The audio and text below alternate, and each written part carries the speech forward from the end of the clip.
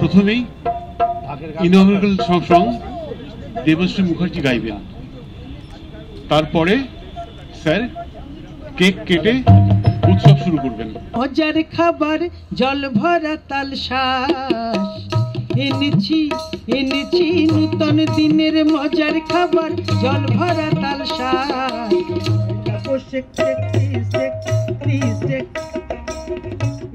নমস্কার,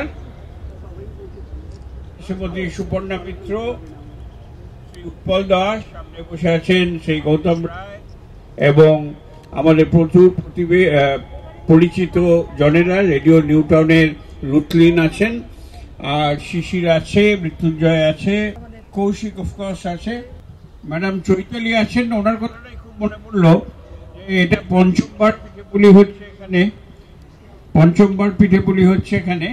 তো আমার দেখেছি প্রত্যেকবারই উনি থেকে ঠিক এই সময়টা নট অনলি আসেন, স্টেজে মাঝখানে এসে বলেন আমার কেক আমি দাঁড়াবো সামনে।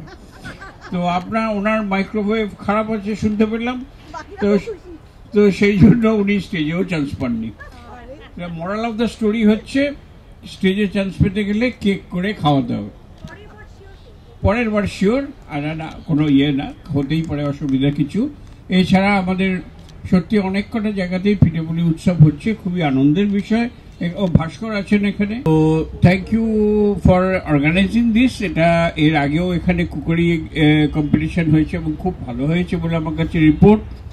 আর এখানে যে পিকনিক হয়েছিল সেই পিকনিকটাও খুব জমেছিল এবং সেই পিকনিকের সেভিংস দিয়ে আজকে প্রাইজ দেওয়া হবে এবং সবাইকেই। তো সুতরাং খুবই ভালো জিনিস। আমি মাঝে কাকে বলছিলাম যে এখানে বিভিন্ন রকমের অনুষ্ঠান হচ্ছে, সবাই খুব এনজয় করছেন, আরও বেশি করে পার্টিসিপেশন আমাদের এনশিওর করতে হবে। আর এই ফাঁকে সবাইকে জানিয়ে রাখি যে আমাদের নিউটাউন রেডিওর একটা স্টল হয়েছে আমাদের কলকাতা বইমেলায়, বিধাননগরে, যেটাকে এখন বিধাননগর মেলা বইমেলা প্রাঙ্গণ বলছে, বইমেলা প্রাঙ্গণ। আমাদের 301 নম্বর স্টল, 6 নম্বর গেট দিয়ে ঢুকতে হয়, জাগো বাংলার উল্টো দিকেই। তো কাজেই যদি বইমেলা ঘুরতে ঘুরতে পা ধরে যায়, ওখানে গিয়ে রেডিও নিউটাউনের স্টলে বসে অন্তত জিরোনো যাবে, আর কিছু না হোক।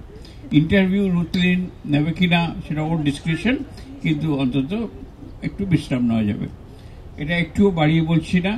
আমাদের একবার বইমেলা স্টলে তখন সায়েন্স সিটির কাছে ওখানে হতো, মিলন মেলা তখন বলতো, এখন তো বিশ্ব বাংলা মেলা প্রাঙ্গণ বলে। তো সেখানে যখন স্টল হয়েছিল প্রচুর লোক এসে ওই সোফায় বসে বিশ্রাম নিত। সেই থেকে আমরা সিটও কমিয়ে দিয়েছি, কারণ এটা তো সত্যিকারের বিশ্রামাগার নয়। তো সেই জন্য, এবং আমার মনে আছে সেই সময় মন্ত্রী ফিরহাদ হাকিম এসে উপস্থিত, তাও আমাদের স্টলে লোক ছিল, কেএমডি স্টলে লোক ছিল না, এটা খুব বকাবকি করেছিলেন।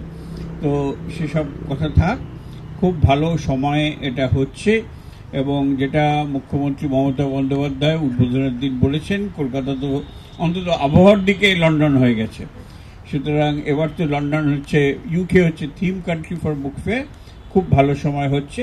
সবাই আশা করি আরও 2-1 পার্টিসিপেন্ট যাদের নাম লেখা আছে চলে আসবেন এবং খুব ভালো করে পরবর্তী অনুষ্ঠান এবং সাংস্কৃতিক অনুষ্ঠান হবে।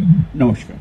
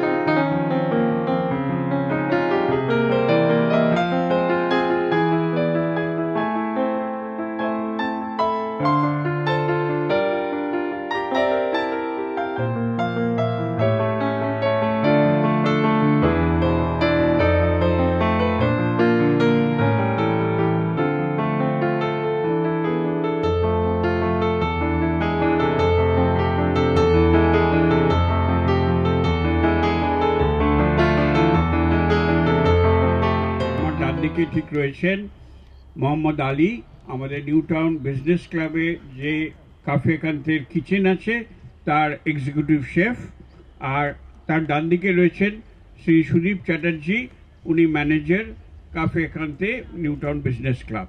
বিজনেস ক্লাবে গেলেই যদি ডিনারে যান ওনাদের দেখা পাবেন।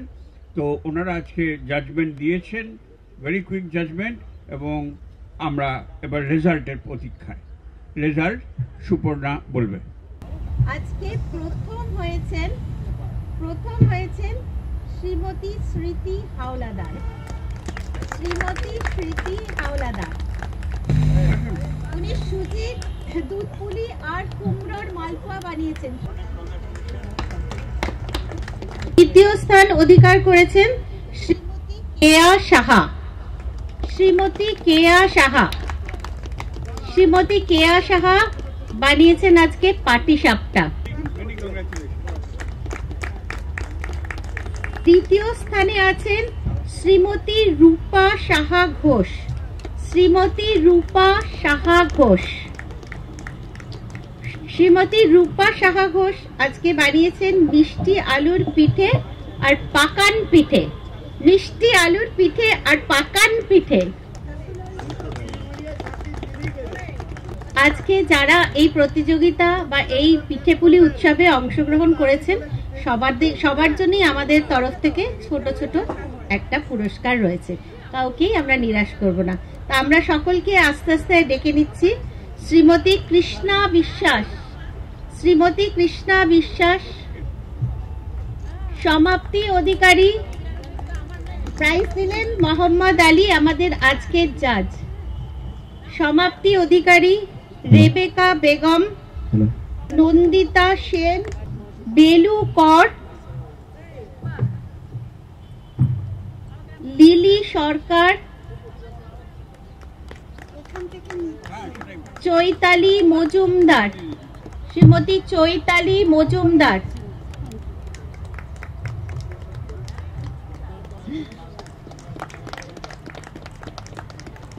শ্রীমতী লিলি সরকার।